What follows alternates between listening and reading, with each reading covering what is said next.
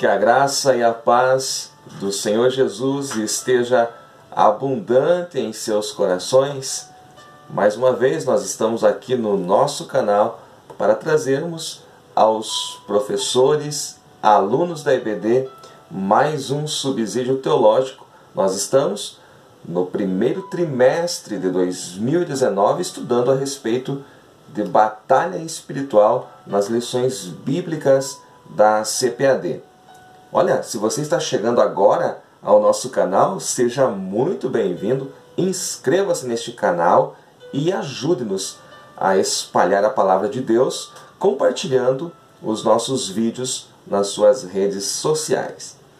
Nós estamos estudando já a lição de número 10. Olha só como passa rápido, passa muito rápido o tempo. Lição de número 10, que traz o título Poder do Alto contra as hostes da maldade. Eu já começo esta pré-aula com uma frase aqui muito forte. Olha só o que eu escrevi no esboço desta pré-aula. Poder do alto.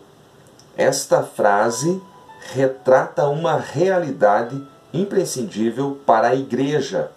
Muitos estão buscando poder, mas que não é do alto, e sim de baixo, da carne e transitório, passageiro. Então, só no título da nossa lição, você já pode tirar aí alguns conceitos. Poder do alto é o que a igreja brasileira hoje necessita para vencer esta batalha espiritual. Eu nunca vi antes um tempo em que os homens, principalmente as nossas lideranças, estão buscando liderança dentro das convenções, liderança política, procurando engrandecer o seu próprio nome. Enquanto isso, está acontecendo aí uma batalha espiritual e a igreja vai sofrendo nesta batalha porque estão procurando estabelecer o seu próprio poder ao invés de buscar o poder do alto. O nosso textuário, ele está em Lucas 24:49, que diz: Eis que sobre vós envio a promessa de meu Pai. Ficai, porém, na cidade de Jerusalém, até que do alto sejais revestidos de poder. O nosso texto bíblico, a leitura bíblica em classe, está no livro de Atos dos Apóstolos. O capítulo é o 8, os versículos 5 a 13, 18 ao 21. No Novo Testamento, a palavra poder ou virtude, tanto faz você encontrar poder ou virtude, no original grego é dunamis. Então você encontra essa palavra no nosso textuário, que é Lucas 24:49, e também em Atos 1, versículo 8. Esta palavra é uma raiz etimológica para dinamite. A palavra que nós temos hoje, dinamite, ela vem de dunamis. Olha só que interessante. Então, quando eu falo poder do alto, utilizando a palavra dunamis, conforme faz o Novo Testamento grego, eu estou falando de algo poderoso. Quando você ouve falar esta palavra dinamite, você não pensa em uma explosão como se fosse uma bombinha que as crianças brincam. Não.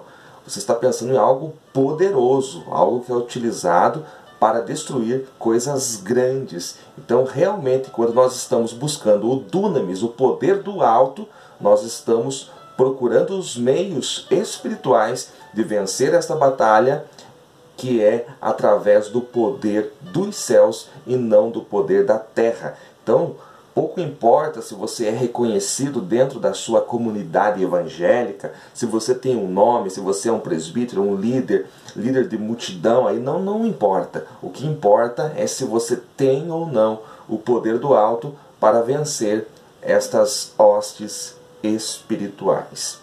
Então a palavra dunamis, ela fala de poder, força, habilidade, poder para realizar milagres. As obras das trevas só podem ser destruídas com o poder do alto, conforme diz aí a nossa verdade prática. Olhando para a nossa lição, no primeiro tópico, você tem ali o contexto histórico de Samaria.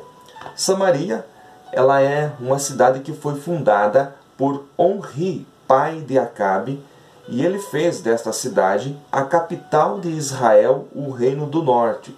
É muito importante que você saiba que em 722 a.C., esta cidade, Samaria, capital do Reino do Norte, foi sitiada e o seu povo passou a ser uma miscigenação, uma mistura de raças, por isso que eles eram desprezados pelos judeus.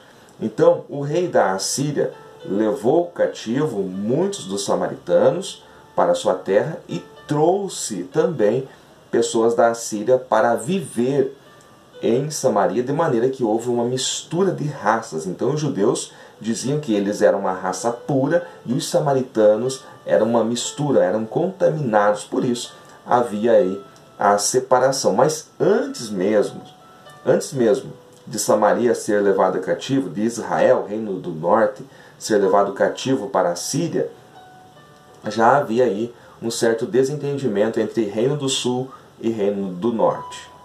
É fundamental que o aluno, professor da escola bíblica, saiba da divisão dos reinos. Então, somente ali os primeiros reis, os primeiros 3 reis, reinaram sobre as 12 tribos. Quando Salomão morreu, houve a divisão do reino em 2, né? Ficou 10 tribos, Reino do Norte, e 2 tribos, Reino do Sul, com capital em Jerusalém, o Reino do Sul. E a partir do momento que Onri fundou Samaria, Samaria tornou-se a capital do Reino do Norte. Jesus, em relação aos samaritanos, a gente vê algumas menções nos evangelhos, Lucas 9, 52 e 53. Os samaritanos não receberam Jesus neste texto, porque diz que o seu rosto, o seu semblante, era de como alguém que ia para Jerusalém. O rosto de Jesus brilhava porque ele estava no Monte da Transfiguração. João 4, 39 a 42, os samaritanos agora recebem o Evangelho por causa do testemunho daquela mulher que estava junto ao poço, a mulher samaritana. Aquela mulher ali, ela foi uma isca para os samaritanos, porque eles viram nela a transformação, e depois eles disseram, não é somente porque você está falando, mulher, mas nós mesmos temos visto que este é o Cristo.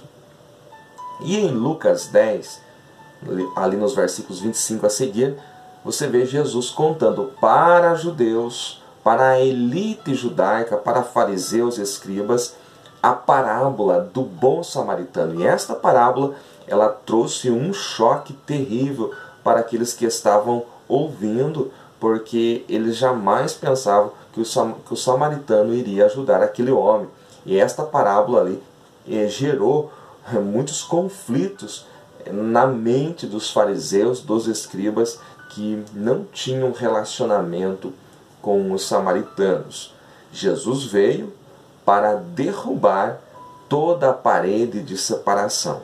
Até Paulo, o apóstolo, fala em Efésios que Jesus derrubou a parede de separação que havia entre judeus e gentios, e também entre judeus e samaritanos, e entre nós, evangélicos, crentes, denominacionais, entre outras pessoas que ainda não receberam Jesus. Jesus Cristo, ele veio para salvar a todos, ele veio para eliminar toda a separação.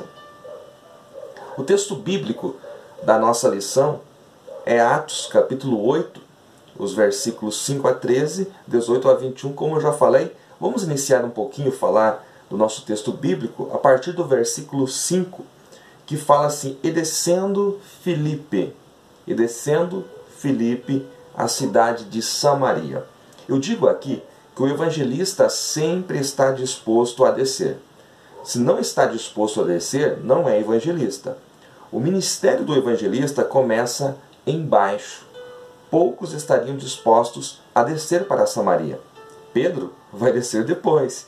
Talvez Pedro não estivesse disposto ainda aqui a descer. Até porque Pedro tinha muitas dificuldades nessas relações que Deus teve que mostrar para ele uma visão lá, para ele ir na casa de Cornélio mais à frente. Então, por isso que o evangelista é aquele que está disposto a descer. É claro que esta palavra descer está se referindo à questão geográfica, né? Que Samaria ficava abaixo do nível de Jerusalém. Mas eu estou aplicando aqui no sentido espiritual para que você entenda a profundidade desta palavra. E é interessante que o versículo 5 ainda diz que Filipe pregava a Cristo. Eu digo que a mensagem do Evangelho, ou a mensagem do evangelista, é sempre a mesma: Cristo. Ele sabe o poder que este nome tem.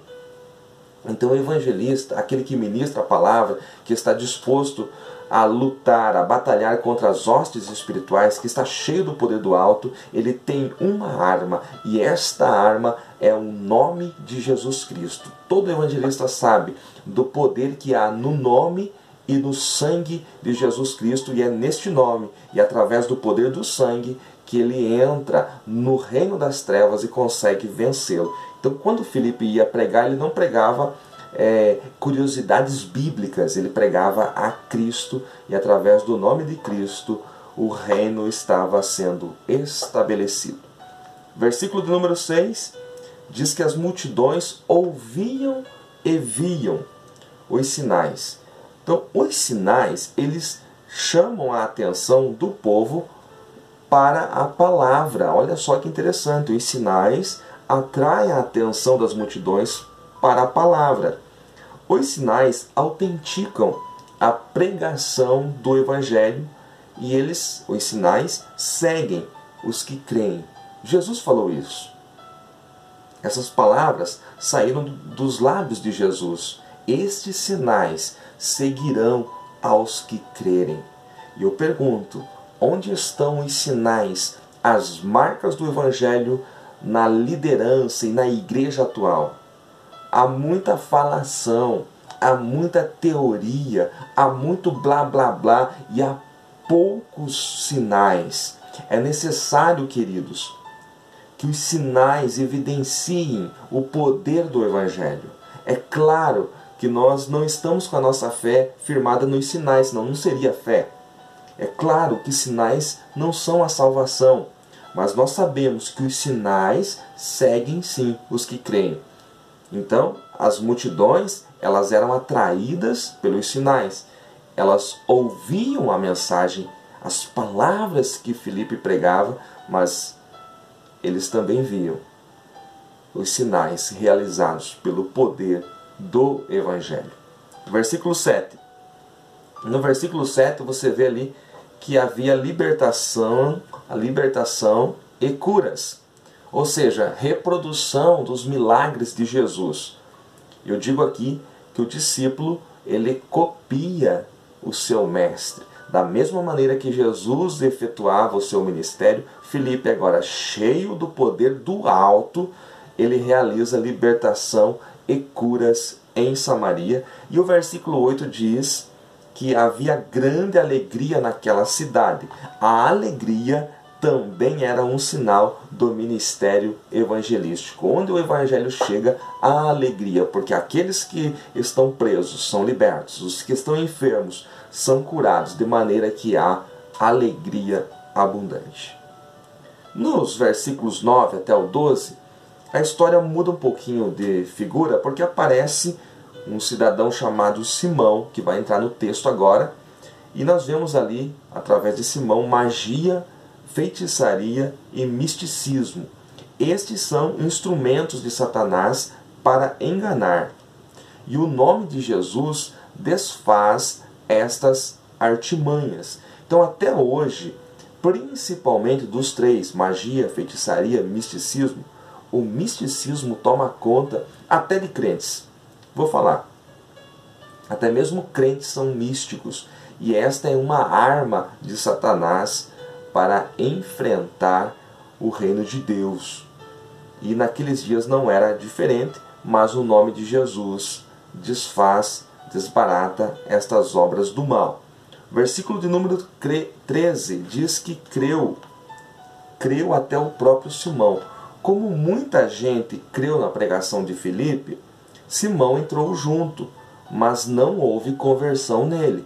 Então, como ele corria risco de perder ali o seu público, que lhe dava dinheiro, e a maioria deles ouviram a mensagem de Filipe e estavam se convertendo, estavam sendo batizados, ele também foi, também quero ser batizado, mas não houve conversão, conforme você vai ver a seguir. Neste inteirinho, no versículo 14, o versículo 14 não está na sua lição.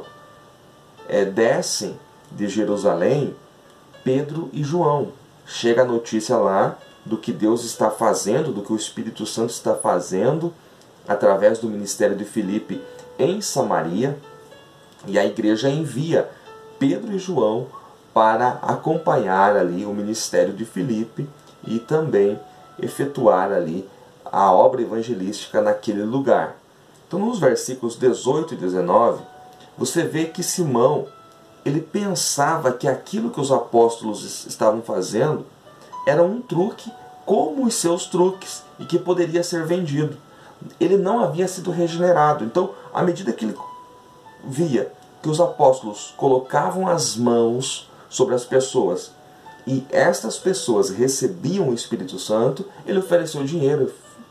Vou dar dinheiro aqui para vocês me darem esse dom, para vocês me aprender a fazer isso também, porque ele viu ali um meio de tirar vantagem. Não havia sido convertido este homem. Agora, o homem de Deus, o apóstolo, o profeta, o evangelista, seja quem for, o homem de Deus tem discernimento e revelação. Vejam o que acontece no versículo 20. A partir do versículo 20, o personagem que aparece é Pedro. O Pedro cheio do Espírito Santo, cheio do poder do alto. Pedro diz: o teu dinheiro seja contigo para a perdição, versículo 20. No versículo 21, Pedro afirma o seguinte: tu não tens parte neste ministério ou nesta palavra, você não é dos nossos, não. Você ainda não foi regenerado. É isso que Pedro está falando.